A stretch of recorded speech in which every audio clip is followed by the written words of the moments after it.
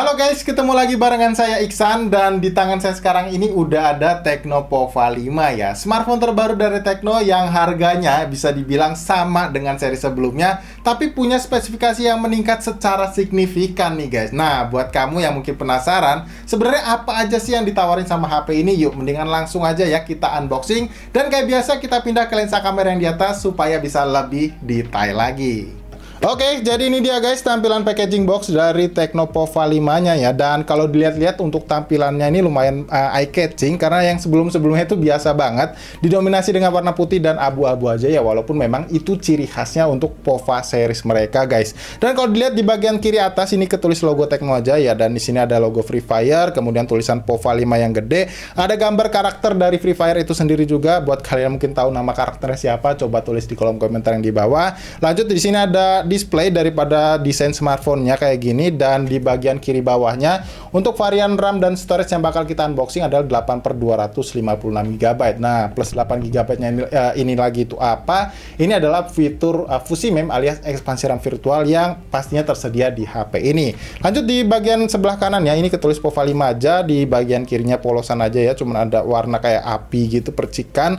Kemudian di bagian atas ya kayak biasa juga ini ada logo Tecno, dan di bagian bawahnya ada beberapa keterangan seperti barcode IMEI ya, dan juga 8/256 GB lagi untuk RAM dan storage-nya. Dan untuk varian warna yang bakal kita unboxing ini adalah varian warna Mecha Black guys, alias warna hitam ya harusnya.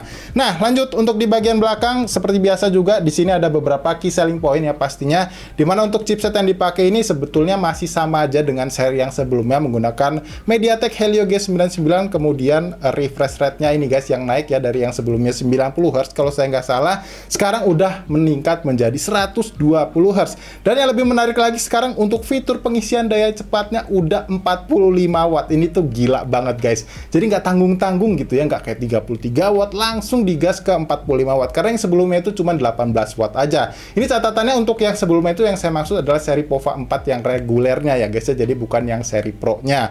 Dan lanjut untuk lensa kamera utama ini kayaknya masih sama di 50 megapiksel, dan untuk kapasitas daya baterainya juga masih sama sebesar 6000 mAh. Oke, kalau gitu ya kayak biasa ya, kita langsung aja unboxing biar kalian yang udah penasaran sama desain smartphone-nya jadi nggak skip-skip videonya gitu ya, biar lebih cepet lagi. Oke, kita buka seperti ini ya, biar lebih cepet untuk video unboxingnya.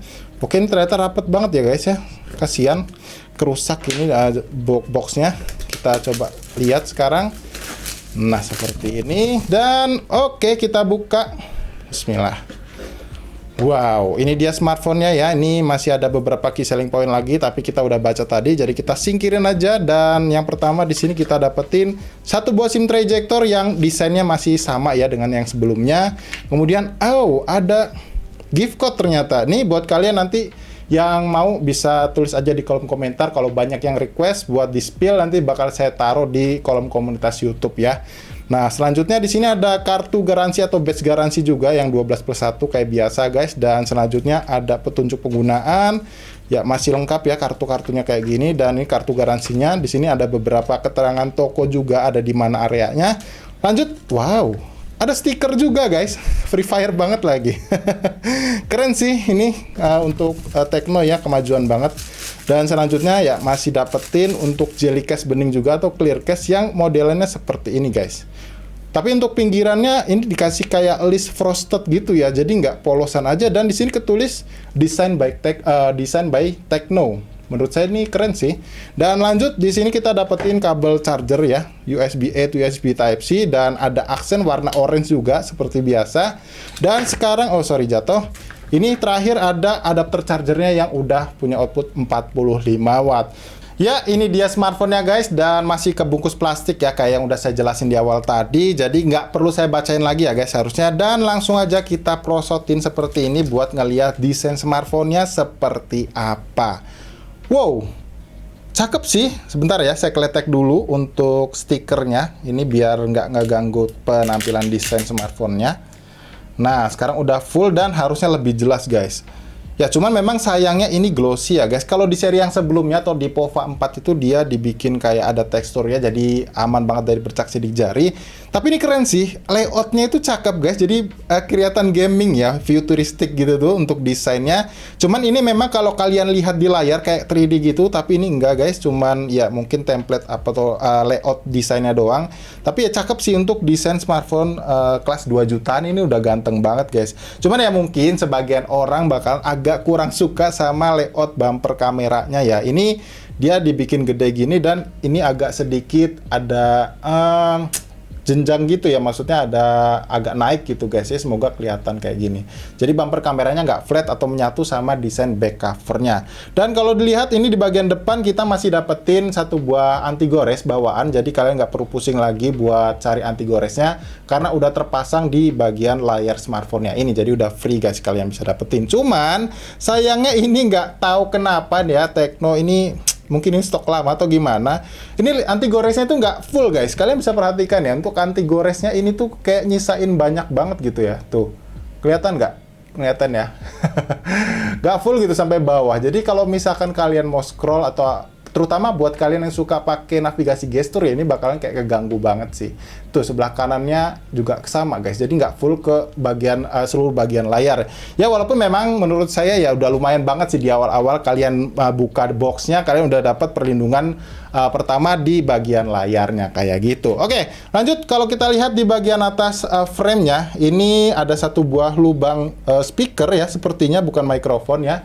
Jadi harusnya smartphone itu udah dual speaker guys. Lanjut di bagian sebelah kanan, ini ada tombol volume dan tombol power yang harusnya juga sebagai sensor sidik jari, karena di bagian belakang ini udah bersih, nggak ada apa-apa. Dan di bagian bawahnya ini ada grill speaker lagi, kemudian port charger USB Type-C, lubang mikrofon, dan satu buah jack audio 3,5 mm. Jadi masih disediain untuk portnya guys. Nah di sebelah kirinya ini ada satu buah slot SIM tray yang coba kita cek ya guys. Harusnya ini tuh dia sudah dedicated alias sudah bisa triple slot. Kita coba lihat.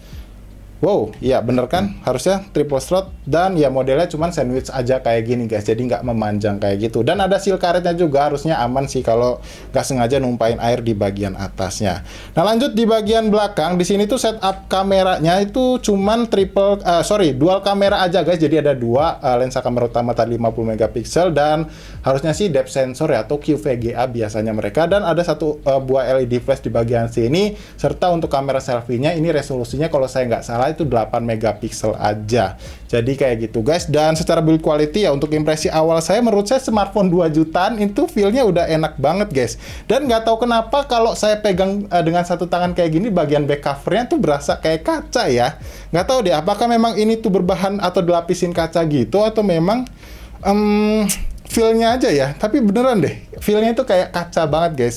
Buat kalian tahu, coba tulis aja di kolom komentar yang ada di bawah ya. Oke, kayak biasa nih, karena kita udah unboxing dan jelasin beberapa hal tadi, kita coba nyalain dulu aja smartphone-nya ya. Dan saya bakal setting-setting lalu install beberapa aplikasi buat kita bahas nanti. Jadi kalian pastiin nggak kemana-mana guys. Yuk. Oke, jadi ini dia guys tampilan layar awal dari Tecno Pova 5-nya. Nah, ini bisa kalian lihat sendiri ya. Untuk tampilan awalnya kita langsung disambut dengan tampilan tema yang vibes-nya itu kolaborasi Free Fire banget lah. Mulai dari wallpaper-nya yang kelihatan udah ada gambar karakter dari game Free Fire-nya, dan icon-icon aplikasi beberapa yang generalnya ya, atau yang bisa dibilang yang basicnya ini di custom lagi seperti tampilan ya, dibuat vibes-nya kayak kolaborasi game Free Fire itu sendiri. Jujur ini ngingetin saya sama smartphone Infinix, malah yang Infinix Hot 30 kemarin yang kita unboxing juga, yang kolaborasinya juga sama karena sama game Free Fire juga, cuman itu yang versi cowoknya gitu guys ya. Kalau kalian ada yang tahu nama karakternya ini siapa, kalian coba ya bisa tulis di kolom komentar yang ada di bawah biar ngeramein guys. Nah seperti biasa sebelum kita lanjut ya buat ngebahas beberapa aplikasi yang udah saya install tadi dan kita lihat update software gitu, ini saya mau tunjukin dulu ke kalian gimana kecepatan baca dari sensor sidik jarinya, yang menurut saya ini ya udah responsif banget ya, dan enak ini untuk akurasinya juga tinggi guys. Jadi nggak ada miss ya. Mau kalian pakai di ujung jempol juga aman, di pinggir juga aman ya. Tuh seperti ini. Dan tadi juga waktu daftar ini cepet guys. Dan yang berikutnya untuk fitur face unlock-nya sendiri juga ini Tadi saya daftar pakai kacamata juga masih kedaftar dan ya ternyata responsif juga guys. Ini bahkan ada tiang di sini. Jadi aman banget kalau kalian mau pakai fitur fingerprint sensornya maupun face unlock-nya, karena biasanya face unlock tuh kepake waktu tangan kalian lagi basah atau berminyak kayak gitu. Oke, yang berikutnya di sini saya tunjukin ke kalian ya soal softwarenya, walaupun saya belum tahu dapetin soal informasi maksud saya guys ya untuk update softwarenya, tapi paling nggak pertama kali kalian nyalain HP-nya ini udah berada di versi software mereka yang paling baru yaitu iOS 13.0.0 dengan basis Android 13-nya. Tapi ada satu hal yang menarik nih guys, walaupun saya nggak tahu update softwarenya ini bakalan dapat jatah berapa lama.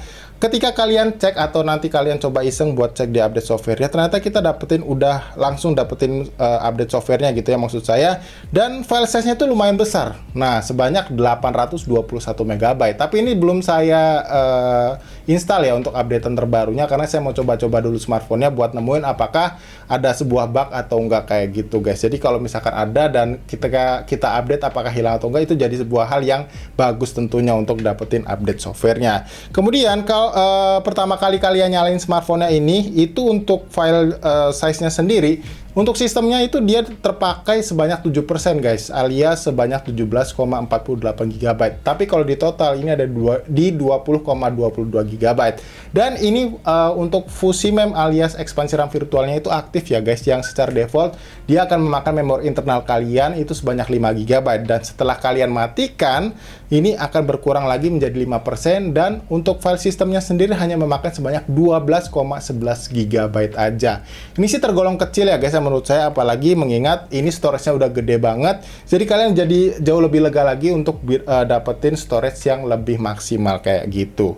Nah, selanjutnya kita langsung aja masuk ke aplikasi yang udah kita install tadi ya, terutama di aplikasi AnTuTu Benchmark. Karena biasanya banyak banget yang penasaran sama skor AnTuTu soal sebuah smartphone baru ya kayak gitu. Nah, ini kalau kita lihat ya secara detail untuk skor AnTuTu Benchmark-nya di versi 10.0.6 atau yang bisa dibilang masih paling baru, ini di 376 ribuan dengan detail skornya kayak gini. Dan untuk skor CPU-nya ini masih mendominasi banget ya, dan menurut saya ini nice banget. Artinya ya smartphone ini tuh udah mumpuni banget lah di kelas harganya yang segini guys. Dan selanjutnya kita coba cek untuk sensor-sensornya. Ini kita pakai sensor box.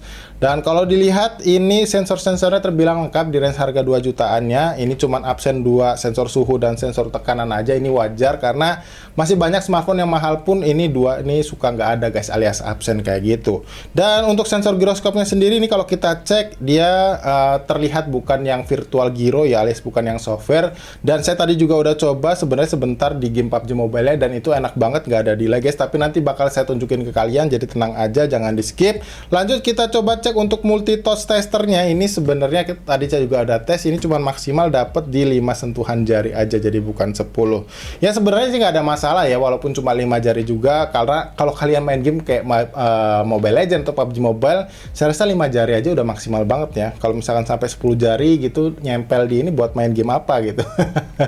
Dan yang selanjutnya di sini saya mau coba tunjukin satu hal lagi ke kalian ya soal refresh rate layarnya, yang menurut saya sekarang itu Tecno udah makin menarik ya buat kasih opsi software kayak gini guys ya.